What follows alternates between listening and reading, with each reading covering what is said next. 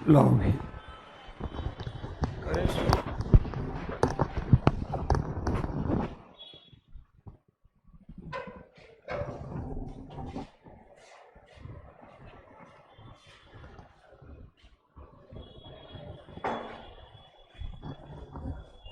देखो भी आप लोगों की क्लासेस के शेड्यूल तो चल ही रहे हैं, सिलेबस लगभग सब ने ही बताया होगा।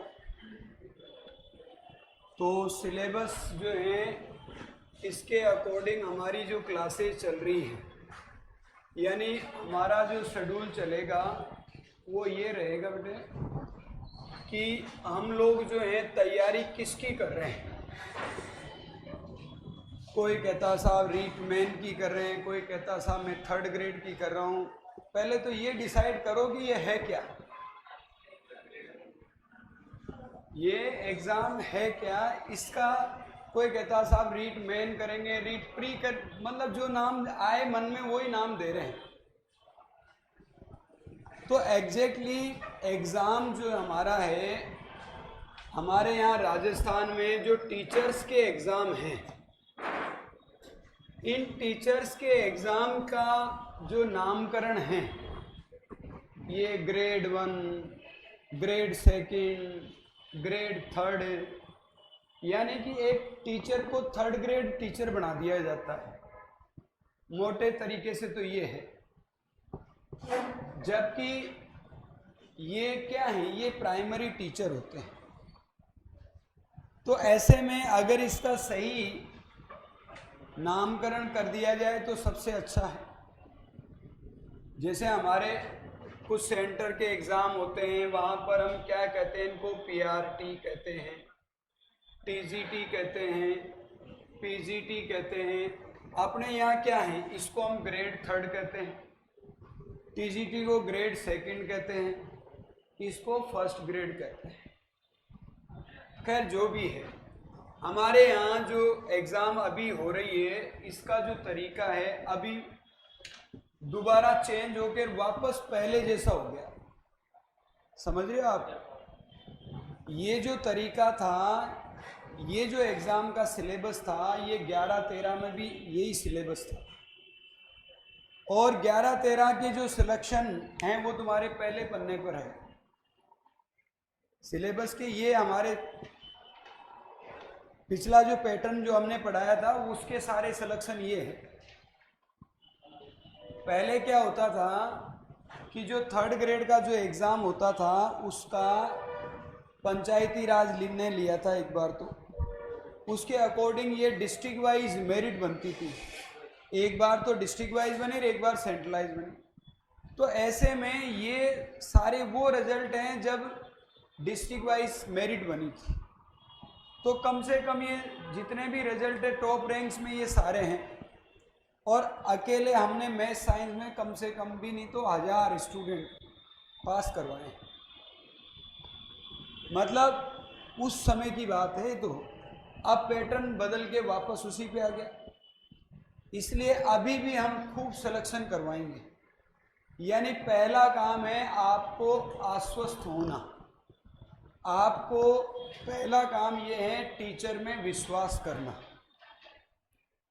जिस संस्था में आप पढ़ने आए हो, जिस टीचर से आप पढ़ रहे हो, उस टीचर में आपका विश्वास होना चाहिए, तब तो चीज़ें हमारे दिमाग में पहुंचेगी। और जब हमें उसमें टीचर में विश्वास ही नहीं होगा तो फिर हम क्या हैं, बैठे तो यहाँ हैं और दिमाग कहीं और चल रहा होगा, यार वह उस कोचिंग में क्या चल रहा होगा, उस कोचिंग में क्या चल रहा होगा। आज के टाइम में कंपटीशन जो है, इसमें कोचिंगों में भी प्रतिस्पर्धा हो गई, यूँ समझ लो आप। ये स्टूडेंट के बीच में ही प्रतिस्पर्धा नहीं है, कोचिंग वालों के बीच भी प्रतिस्पर्धा हो गई। वो भी मार्केट वाला सिस्टम अपना रहे हैं कि बच्चे को कैसे भी करके प्रलोभन करके बुलाया जाए। हमारे यहाँ इन चीज़ों की बहुत रेयर उपयोगिता होती है। हम सीधे साधे तरीके से पढ़ाते हैं और सीधे साधे तरीके से बच्चे को कहते हैं बेटा 3 दिन तू पढ़ेगा, तभी चौथे दिन तू वापस क्लास में आएगा। और 3 दिन तू पढ़ के गया ना यहाँ, तो चौथे दिन तू किसी भी क्लास में रुक नहीं सकता। किसी और कोचिंग की क्लास में 3 दिन यहाँ पढ़ने के बाद में फिर तुम सेटिस्फाई नहीं हो सकते, और 1 दिन की गारंटी ले नहीं सकते, क्योंकि 1 दिन में तो क्या है, चीज़ें ABCD सिखाते हैं, कोई टीचर भी अपनी बात कहता है, कोई सिलेबस के बारे में बताता है, ये सारी चीज़ें होती हैं। सिलेबस के पॉइंट को स्टार्ट करने के लिए कम से कम 2-3 दिन आपको समय देना है, और 3 दिन आप रेगुलर क्लास में बैठ जाओगे तो चौथे दिन आपको ये इतना आश्वस्त मैं अपनी तरफ से कर सकता हूँ, विश्वास दिला सकता हूँ कि आपको किसी भी पार्ट पर कमज़ोर नहीं रहने देंगे। देखो बेटा, ऐसा है, सीधी सी मेन चीज़ ये है, आपके लिए करो और मरो की स्थिति है। आपके लिए ये मौके बार बार नहीं आएंगे। आपको हर मौके को अंतिम मौका मान के ही प्रयास करना है। ऐसा नहीं है कि चल यार इस बार दे लेता हूँ और अगली बार फिर ट्रायल कर लेता हूँ। वो मानसिकता लेकर अगर बैठे हो ना तो घर वालों के पैसे बर्बाद करने हैं और ना खुद का समय खराब करना है। आपको तैयारी करनी है, पक्का दृढ़ निश्चय कर लिया तो दृढ़ निश्चय करके ही तैयारी को शुरू करो। आपको ये भी नहीं सोचना है कि क्लास में कितने बालक बैठे हैं। 5 बालक रहेंगे तो भी वही पूरा कोर्स कराएंगे, 50 होंगे तो भी वही पूरा कोर्स कराएंगे, 500 होंगे तो भी पूरा कोर्स कराएंगे। शुरुआती क्लासों में बालक कम ही रहते हैं, आराम से बैच आपके अच्छे से बन जाते हैं। ऑन एवरेज 150 से 200 बच्चे हम रखते हैं क्लास में, 150 के आसपास ही स्ट्रेंथ होती है, बट हो सकता है शुरुआत के बैच में कम हो, क्योंकि अभी बच्चे का मानस भी परिपक्व नहीं हो रहा, कुछ रीट के रिजल्ट में भी अटके पड़े हैं, कुछ बहुत सारी वो हैं। इन सारी चीज़ों को आपको एक साइड रखना है। आपको सिर्फ इतना सा रखना है कि आप आज आगे, आज से ही आपका बैच शुरू हो गया, आज से ही आपकी 5 क्लास लगेगी और 5 क्लास आखिरी तक लगेगी। आवश्यकता पड़ी तो एक्स्ट्रा बढ़ाएंगे, कम नहीं करेंगे। आवश्यकता पड़ी तो क्लास बढ़ाएंगे, कम नहीं करेंगे। 5 क्लास तो कम से कम होगी ही होगी। और 5 क्लास कैसे कैसे होगी मैं थोड़ा सा ब्रीफ कर देता हूं, क्योंकि उन्होंने तो अपने अपने हिस्से की कही होगी बात। देखो, एक क्लास में तो आपका चलेगा राजस्थान का पार्ट। राजस्थान का पार्ट जो है, इसमें राजस्थान की हिस्ट्री, कला, संस्कृति, ये सारा हिस्सा तो एक टीचर के जिम्मे है, यानी हिस्ट्री, कला, संस्कृति। क्योंकि कला संस्कृति वाले को हिस्ट्री इसलिए दी गई है कि कुछ कला संस्कृति की बातें हिस्ट्री से जुड़ी हुई होती और हिस्ट्री की बातें कला संस्कृति से जुड़ी होती। अगर हिस्ट्री अलग टीचर को दे देते हैं तो उसमें क्या, वो 10-20 दिन और ज़्यादा खाएगा, क्योंकि वही टीचर ये भी पढ़ाएगा और वो फिर वापस उस चीज़ को समझाएगा। तो ये चीज़ें कवर करके चलते हैं, तो ये पार्ट तो हो जाता है एक टीचर का। दूसरा जो टीचर आपका पूरा पार्ट कराएगा ज्योग्राफी का। ज्योग्राफी से रिलेटेड राजस्थान की ज्योग्राफी है, राजस्थान की प्राकृतिक संपदा है, भौगोलिक जो भी पार्ट है, चाहे उसमें थोड़ा जो भी जीके का इनिशियल पार्ट को इंडिया को टच करता हुआ है या कोई जनरल टच है, यानी ज्योग्राफी से रिलेटेड पार्ट एक टीचर कराएंगे। जो आपके ये तो पढ़ा रहे थे के यादव जी, और ज्योग्राफी वाला जो पार्ट जो पढ़ा रहे थे वो बेसला सर हैं। इसके अलावा एक क्लास आपकी रेगुलर चलेगी, उसमें साइकोलॉजी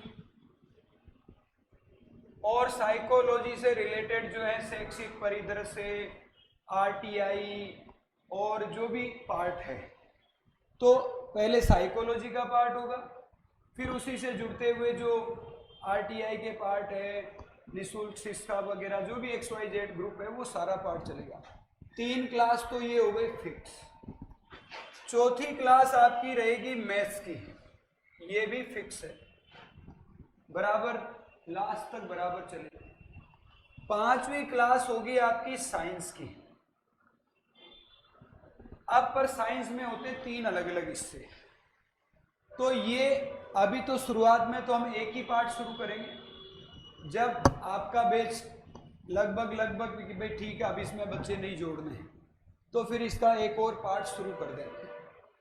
मतलब साइंस में बायो, फिजिक्स और केमिस्ट्री अलग अलग पार्ट होंगे। इन सभी पार्ट को हम अलग अलग तैयार करवाएंगे। तो 5 घंटे की क्लासेस के शेड्यूल आपके ये हैं, ये 7 से 12 का आपका टाइम फिक्स हो गया। जैसे ही आवश्यकता होगी तो 1 घंटा और बढ़ा के ये आपका टाइम हो जाएगा 7 से 1 बजे। उसका कारण है कि साइंस में थोड़ा सिलेबस ज़्यादा भी पड़ता है, एक के बाद एक कराएंगे तो थोड़ा लंबा हो जाएगा। जितना समय इनमें लगेगा उन्हीं के प्रोपोर्शन में इसको भी बराबर में कंप्लीट करवाना है। तो इसके बाद में जो भी पार्ट जल्दी खत्म होगा उसकी जगह टीचिंग मेथड शुरू हो जाएगा। तो क्लासेज हमारी जो है 2 तो हो गई जीके की, 2 क्लास जीके की इसलिए कि उसका वेटेज भी लगभग उतना ही है। भाई राजस्थान अच्छा इसमें रह गया, वो तीसरे जो क्लास के पार्ट होंगे जिसमें राजस्थान जीके का पार्ट है, जिसमें आपका समसामयिकी, पॉलिटिकल पार्ट और ये सारी चीजें जो हैं वो पढ़ाएंगे आपको आरडी गुजर सर, जो आरएस वगैरह को पढ़ाते हैं। तो ये सारी चीजें तो ये तो 3 टीचर आपके हो गए जीके से रिलेटेड। के यादव जी हो गए, बेसला जी जो ज्योग्राफी से रिलेटेड हो गए, ये कला संस्कृति और हिस्ट्री के हो गए, और बाकी बचा हुआ जो राजस्थान का जीके है, करंट पार्ट है, समसामयिकी है, पॉलिटिकल इश्यू हैं, और जो भी पार्ट रिलेटेड है वो ये पार्ट पढ़ाएंगे। इधर साइकोलॉजी के आपके टीचर जो हैं वो हैं डॉक्टर अशोक अग्रवाल, वो आपको मिल ही गए। मैथ्स के जो टीचर पढ़ा रहे हैं वो हैं के सैनी जी। जो ये सारे टीचर हमारे कोई नए नहीं है बेटा, 2016 से बराबर पढ़ा रहे हैं। 2016 का मतलब 2018-19 की भर्ती, ठीक है। और उसके बाद अभी की जितने भी सेकंड ग्रेड के बैचेज है सब में यही पढ़ा रहे हैं जीके के पार्ट, और जितने भी फर्स्ट ग्रेड के बैचेज जिसमें फर्स्ट पेपर चलता है उनमें यही सारे टीचर पढ़ाते हैं। तो इनके अलावा जो जैसे हिंदी इंग्लिश का फर्स्ट ग्रेड में अलग पार्ट है तो वो अलग टीचर है। इसके अलावा साइको जैसे फर्स्ट ग्रेड में, सेकंड ग्रेड में, इनमें सब में यही पढ़ाते हैं। इसलिए टीचर की तो कोई प्रॉब्लम है ही नहीं। टीचर भी हमारे जांचे परखे हैं, इसलिए आपको बिल्कुल निश्चिंत होकर पढ़ाई करना, मन लगा के पढ़ाई करना है। आपको जिन चीज़ों की कमी नज़र आए सुधार के लिए आपका स्वागत है। आप कहो साहब सर इसमें ऐसा करवा दोगे तो ज़्यादा अच्छा होगा, हम कोशिश करेंगे उस चीज़ को फुलफिल करने की। मतलब आपकी ये चीज़ डिमांड जो है ना, आपका जो सिलेबस है उसको अच्छा करने के लिए, इम्प्रूव करने के लिए कि साहब आप इसमें ऐसी करवा दो या आप इसमें इस तरह की चीज़ें करवाओ तो ज़्यादा अच्छा रहेगा, हम उसको स्वीकार करेंगे।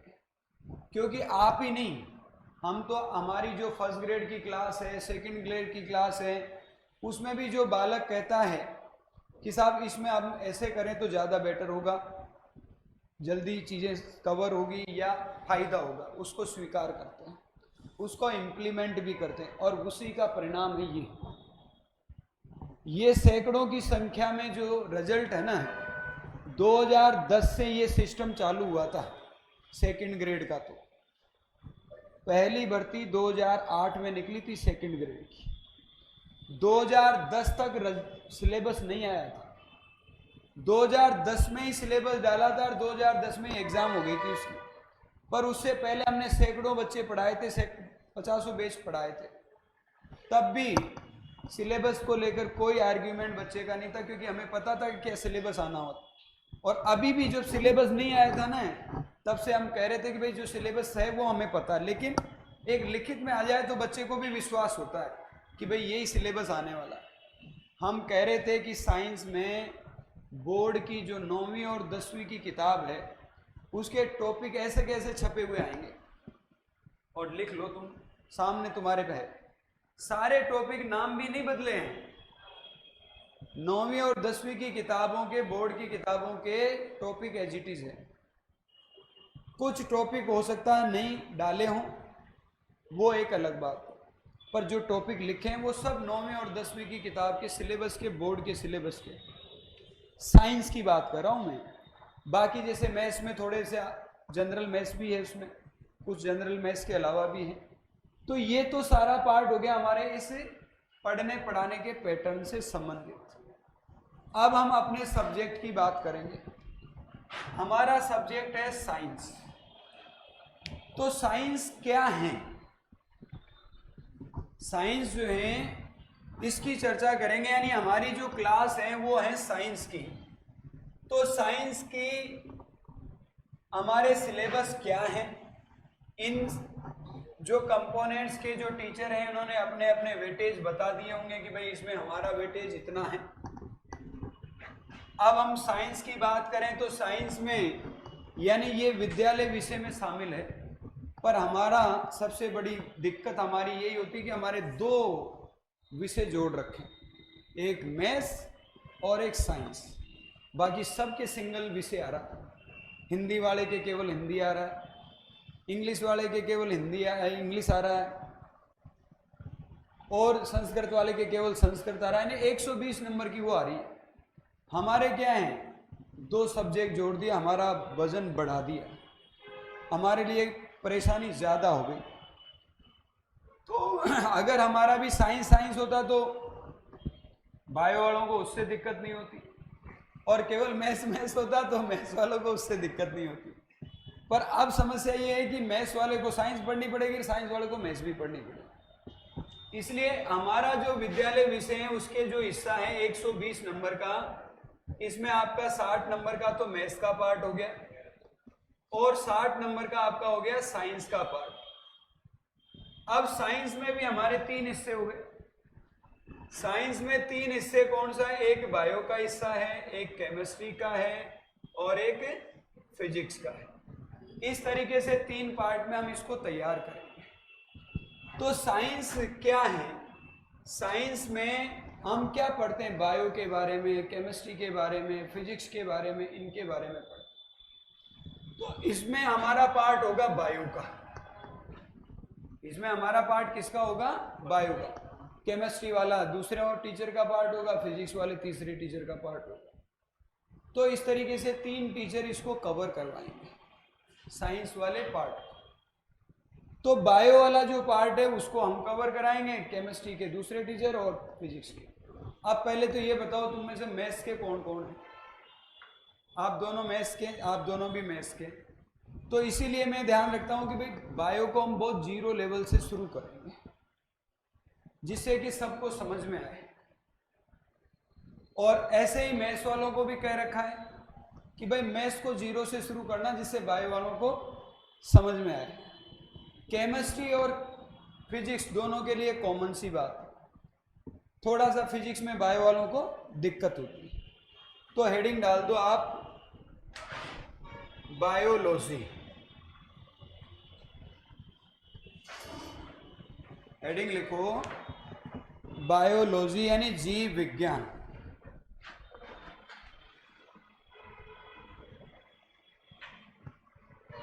तो साइंस में जीव विज्ञान का एक हिस्सा होता है, और जीव विज्ञान से संबंधित कुछ प्राथमिक क्वेश्चन आते हैं। टॉपिक में जाने से पहले ही क्वेश्चन आ जाते हैं। टॉपिक तो हमारा जो लिखा वो हम बाद में पढ़ेंगे, पर वहां तक पहुंचे तो सही, उसकी भूमिका में आए तो सही। तो बायोलॉजी जो है, इसमें पहला क्वेश्चन आपसे ये पूछा जा सकता है, रीट में पूछा गया है। ये क्वेश्चन है रीट में पूछा गया है कि बताओ जीव विज्ञान के जनक किसे कहते हैं। सबसे पहला क्वेश्चन है जीव विज्ञान के जनक, और ये है अरस्तु। कौन है? अरस्तु। तो याद भी करोगे साथ के साथ, तो लिखो भी और याद भी करो। तो जीव विज्ञान के जनक लिखो, जीव विज्ञान के जनक, जीव विज्ञान के जनक, और जनक का नाम लिखो आगे डेस करके, अरस्तु। ठीक है, तो ये एक बार रीट में तो आ ही गया, तो अब रीट की तो चर्चा हमारे लिए अब खत्म हो गई, वो तो एलिजिबिलिटी टेस्ट हो गया एक तरीके से, पर जब स्क्रीनिंग का टेस्ट था तब इसमें आया ही। अब इसके बाद दूसरा क्वेश्चन, दूसरा क्वेश्चन ये पूछा जाता है कि बताओ जीव विज्ञान शब्द किसने दिया। तो जीव विज्ञान शब्द देने वाले वैज्ञानिक का नाम है लामार्क एवं ट्रेविरेनस। क्या नाम है?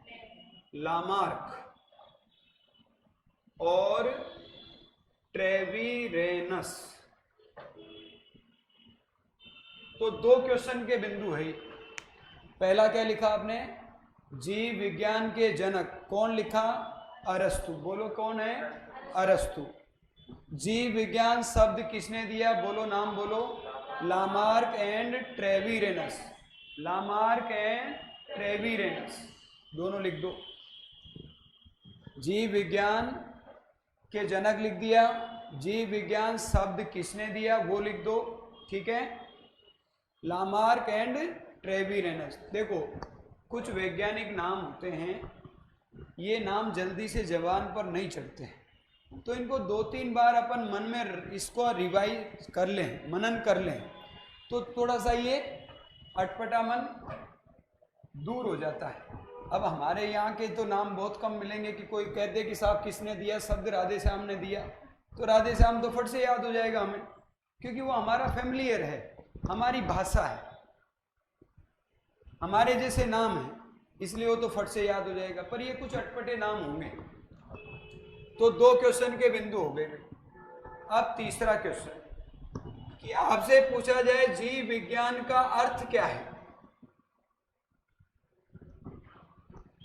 जीव विज्ञान का अर्थ क्या है? तो अगर हम अर्थ समझें तो देखो इस शब्द की व्याख्या कर लो। बायो का अर्थ होता जीव, लॉजी का अर्थ होता अध्ययन करना,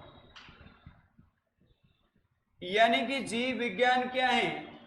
विज्ञान की वह शाखा जिसमें जीवों का अध्ययन किया जाता है।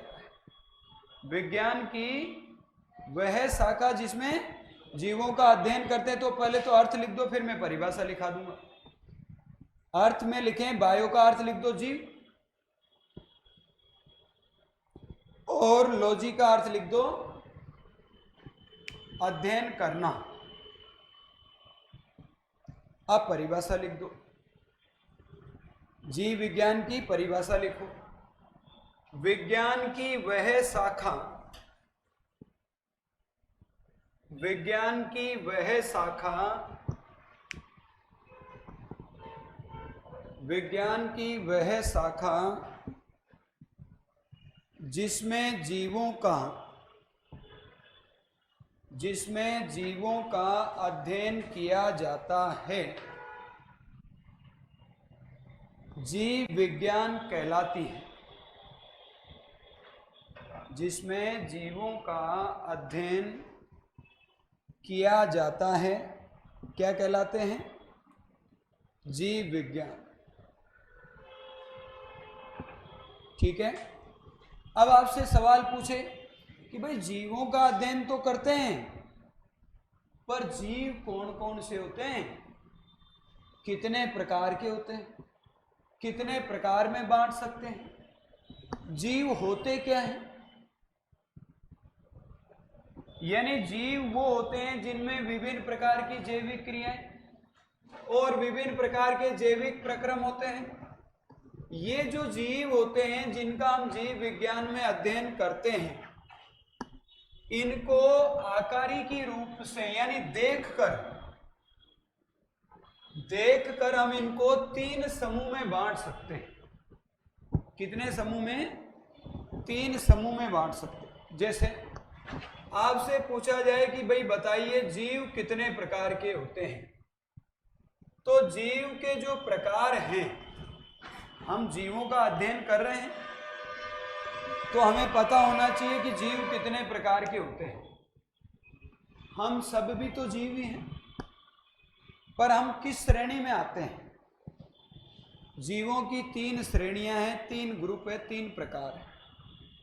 और इनको पहचानने के लिए, इनको समझने के लिए हमें कहाँ जाना पड़ेगा? जंगल में। हम गए इस जंगल में, और तो जंगल कहाँ मिलेगा हमें, तो अभी बोर्ड पे ही मिलेगा। पर जब इस जंगल में हम जा रहे हैं तो हमें देखा कि इसमें कुछ जीव ऐसे हैं जिनमें पत्तियां भी हैं, जड़ हैं, तना हैं, और ये हरे भी हैं, प्रकाश संश्लेषण भी इनमें हो रहा है। एक तो जीव ऐसे दिखे हमें। तो ऐसे जीव जो इनमें जड़, तना, पत्तियां जैसी संरचनाएं हैं, इनको हमने क्या कहा? पादप।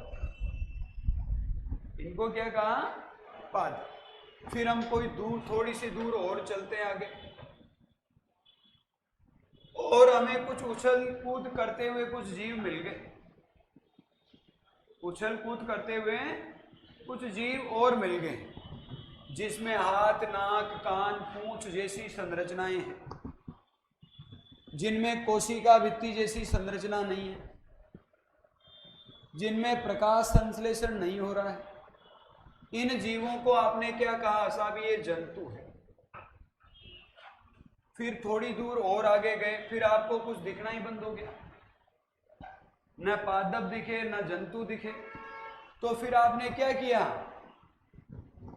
अपना चश्मा निकाला और चश्मा लगा कर देखा, या कोई लेंस लेकर देखा कि यार देखे कुछ दिख जाए, तो कहीं हो सकता है दृष्टि से ओझल हो रहे हो। तो फिर आपको छोटे छोटे सूक्ष्म प्रकार के जीव दिखे, जो बिना चश्मे के, बिना लेंस के, यानी नग्न आंखों से दिखाई नहीं दे रहे। उनको क्या कहा हमने? सूक्ष्म जीव कहा। क्या कहा? सूक्ष्म जीव कहा। तो सूक्ष्म जीव एक और हो गए। तो कुल मिला के जीव हमें 3 प्रकार के दिखे। देखने का मतलब आकारिकी रूप से। देखने का मतलब क्या है? आकारिकी रूप से, जो बाहर से आकार से देखकर आप पहचान कर सकते हो। कोई आकर हमसे कहे कि साहब तुम कौन? कि साहब तुम मनुष्य। तो मनुष्य की पहचान उसको पता है कि भाई किसमें, मनुष्य में क्या लक्षण होते हैं। पर हम किसकी श्रेणी में आते हैं? हम तो जंतुओं की श्रेणी में ही आते हैं। पर हम कैसे जंतु हैं? हम अपने आप को बुद्धिजीवी प्राणी कहते हैं। तो ये सुनने में अच्छा लगता है, पर कोई कह दे कि यार तू जंतु है, तो उसको गुस्सा आएगा, उसको गुस्सा आएगा। पर रियलाइज तो यही है, श्रेणी तो हमारी वही है, पर हम उसमें क्या है? सबसे उच्च श्रेणी के जंतु हैं, बुद्धिमान जंतु हैं, इसलिए हम सबको नीचे रखकर चलते हैं। तो 3 प्रकार के जीव हो गए, यानी जीव विज्ञान में इन 3 प्रकार के जीवों का अध्ययन हम करेंगे। इन 3 प्रकार के जीवों का अध्ययन करेंगे। तो बताओ, जीव विज्ञान की उस शाखा का नाम बताओ जिसमें पादपों का अध्ययन करते हैं। जीव विज्ञान की भी शाखाएं होगी, तो इसको कहते हैं वनस्पति। वनस्पति विज्ञान। क्या कहेंगे? वनस्पति विज्ञान। और जीव विज्ञान की वो शाखा जिसमें जंतुओं का अध्ययन करते हैं, इसको जंतु विज्ञान या प्राणी विज्ञान कहते हैं। जंतु विज्ञान या प्राणी विज्ञान कहते हैं, ठीक है।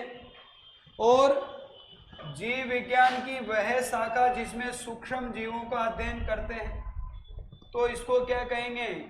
सूक्ष्म जीव विज्ञान। तो कुल मिला के जीवों के आधार पर जीव विज्ञान की ये 3 शाखाएं हो गई। इन 3 शाखाओं में एक चीज और हमें पढ़नी है कि इन शाखाओं के जनक कौन है। क्योंकि वो भी क्वेश्चन में आते हैं, वो भी क्वेश्चन में आते हैं, इसी स्तर पर आते हैं, आपके स्तर पर ही। यानी जो हमारा स्तर है ग्रेड 3 का जो टीचर का है उसी में आते हैं। तो लिखे आप, आकारिकी रूप से जीव, आकारिकी रूप से जीव 3 प्रकार के होते हैं। आकारिकी रूप से जीव 3 प्रकार के होते हैं। ठीक है, पहला लिखो पादप। तो पादप की पहचान क्या है? तो लिखें वह जीव जिनमें जड़, तना, पत्तियां पाई जाती हैं, जड़, तना, पत्तियां पाई जाती हैं।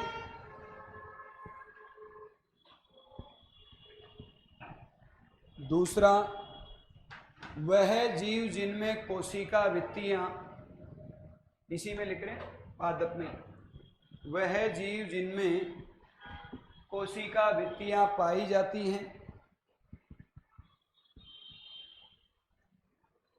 ठीक है। तीसरा बिंदु, वह जीव जिनमें प्रकाश संश्लेषण होता है, वह जीव जिनमें प्रकाश संश्लेषण होता है पादप कहलाते हैं। ठीक है, तो ये तो पहचान हो गई पादपों की। अब एक पॉइंट और लिख दो, पादपों का अध्ययन, पादपों का अध्ययन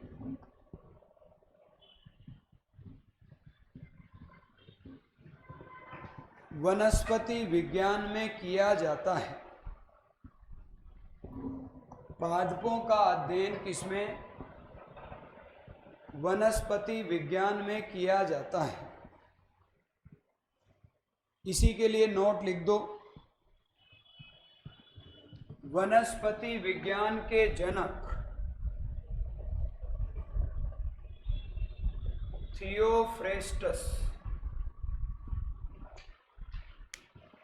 वनस्पति विज्ञान के जनक क्या नाम है?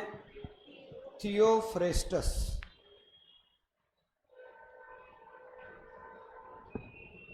तो ये तो पादप की बात हो गई, थियोफ्रेस्टस का क्वेश्चन बना देते हैं। अब लिखो दूसरे प्रकार का जंतु, दूसरे प्रकार का जीव है जिसका नाम क्या है? जंतु। तो जंतु क्या है? वह जीव जिनमें, देखो, वह जीव जिनमें कोशिका भित्तियां अनुपस्थित होती हैं, कोशिका भित्तियां अनुपस्थित होती हैं और इनमें प्रकाश संश्लेषण भी नहीं होता, इनमें प्रकाश संश्लेषण भी नहीं होता।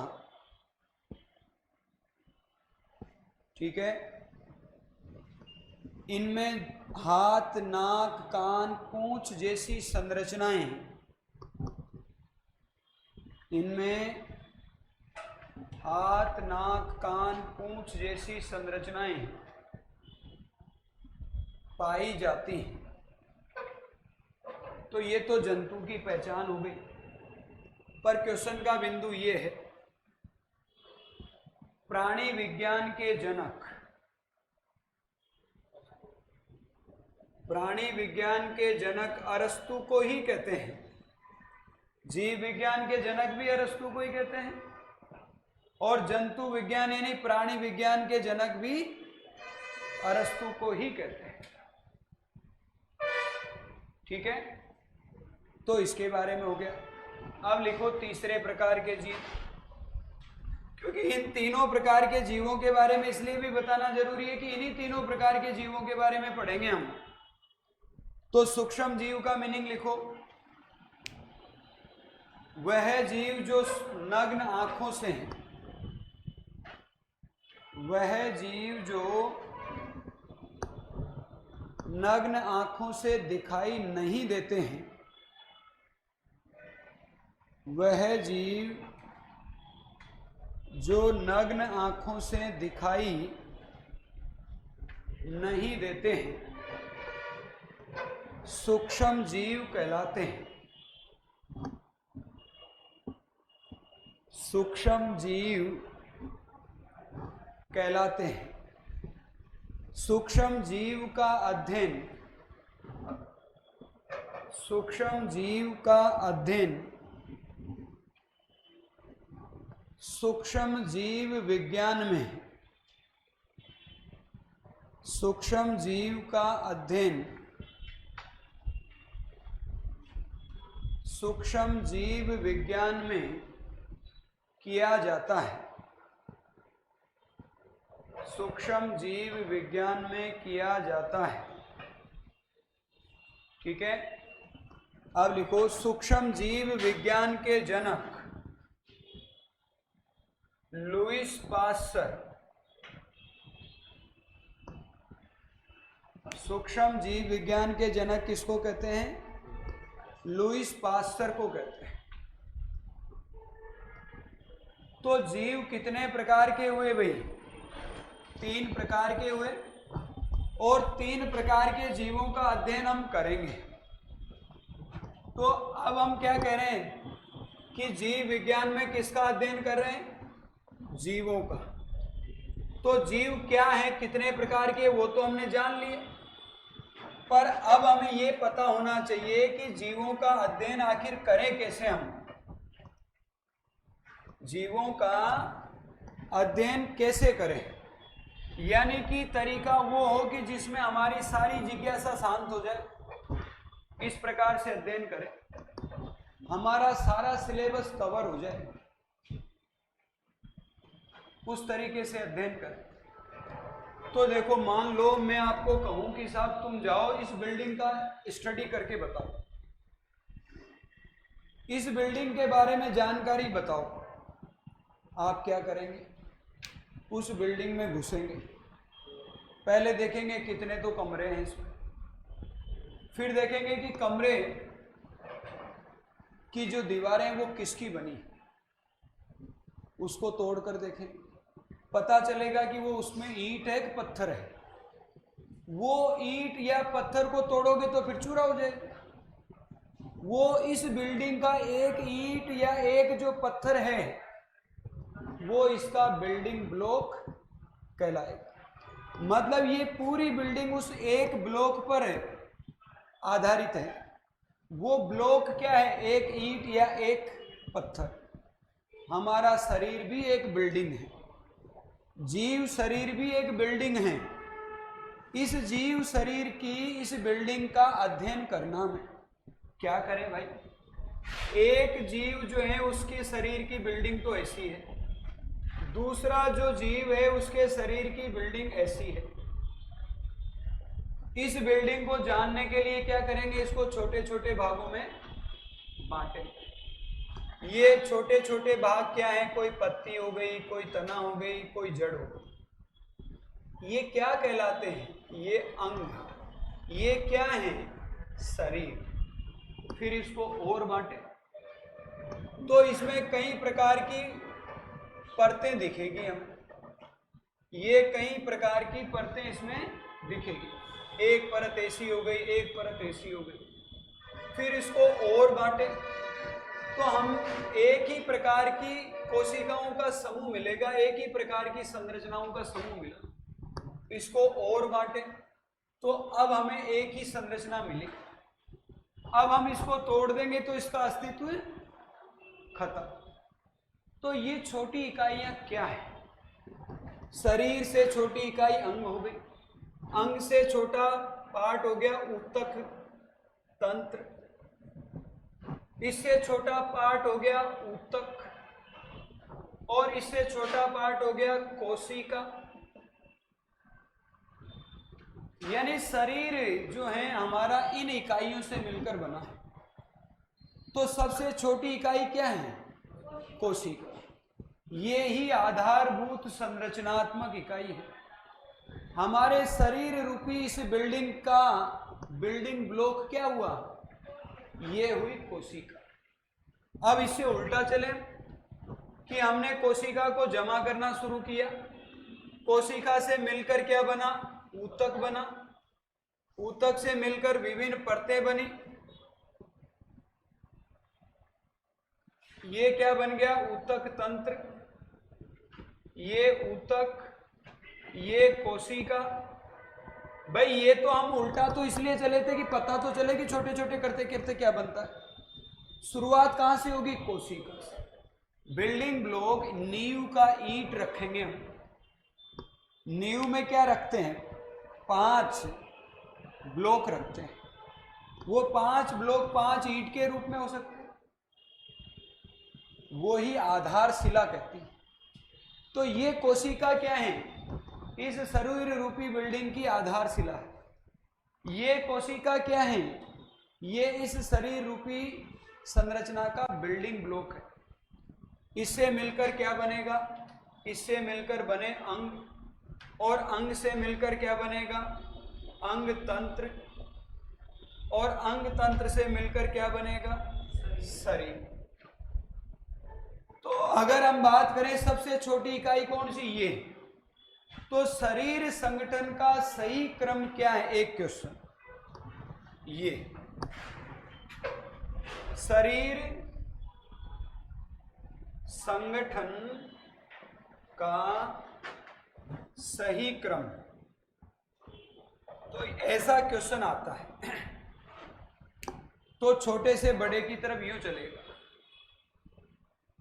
शरीर संगठन के अलग अलग स्तर होंगे। कोशिका स्तर, ऊतक स्तर, अंग स्तर, ये अलग अलग स्तर होते हैं। तो इस शरीर को अगर हम देखें तो ये सभी भाग हमें दिखेंगे। और देखो, पादप शरीर और इसमें एक अंतर होता है।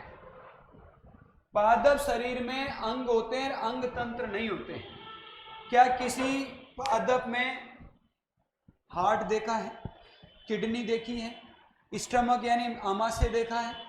ऐसी संरचना नहीं होती। यानी पाचन तंत्र पादपों में नहीं बनता। उत्सर्जी तंत्र पादपों में नहीं बनता। सर्कुलेशन यानी परिसंचरण तंत्र नहीं बनता है। ये केवल जंतुओं में बनता है।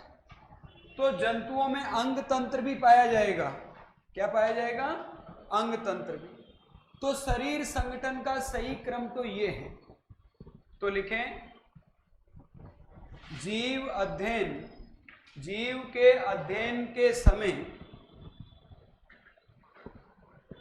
जीव के अध्ययन के समय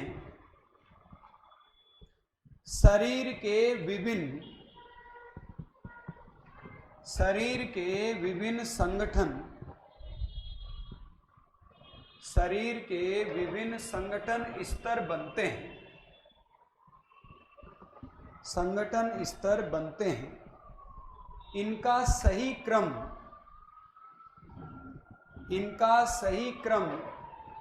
निम्न प्रकार से है। तो ये क्रम लिख दो, यहां से लेके यहां तक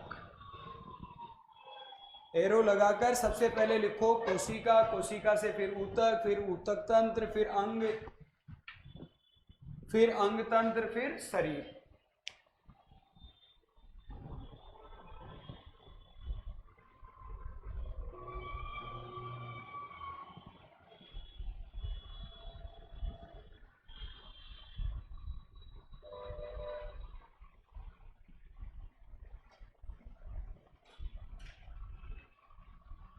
तो एक तो इस क्रम का याद रखना है। अब हमारा सिलेबस जो है वो भी इसी में से है। हमारा जो सिलेबस है वो भी इसी में से। हमारा पहला टॉपिक तो ये है, हमारा दूसरा टॉपिक ये है। यानी हमारे सिलेबस में जो टॉपिक लिखे हैं पहला टॉपिक ये है, दूसरा टॉपिक ये है, यानी पहला कोशिका और कोशिका से संबंधित टॉपिक, दूसरा ऊतक है, फिर आगे की तो हम आगे पढ़ेंगे। अच्छा, एक लाइन और लिखो, नोट लिख दो। पादप शरीर संगठन में, पादप शरीर संगठन में, पादप शरीर संगठन में अंग तंत्र नहीं पाए जाते हैं, अंग तंत्र नहीं पाए जाते हैं। ठीक है, अगला एक और लाइन लिखो। शरीर का बिल्डिंग ब्लॉक, शरीर का बिल्डिंग ब्लॉक यानी आधारशिला, शरीर की आधारशिला या बिल्डिंग ब्लॉक कोशिका को कहते हैं। आधारशिला या बिल्डिंग ब्लॉक, आधारशिला या बिल्डिंग ब्लॉक कोशिका को कहते हैं। ठीक है, तो ये व्यवस्था इसमें है, यानी कल हमारा टॉपिक यहां से शुरू होगा। यानी टॉपिक में घुसने से पहले की ये चीजें हैं जो क्वेश्चन हमें अक्सर एक क्वेश्चन दे जाती है, यानी आए हुए क्वेश्चन मैंने बताए आपको और आते भी रहते हैं। ठीक है, कल आप पधारो, सुबह वही 7 बजे से 12 बजे तक के आपके शेड्यूल बता दिए मैंने। कल हम टॉपिक शुरू कर देंगे कोशिका का।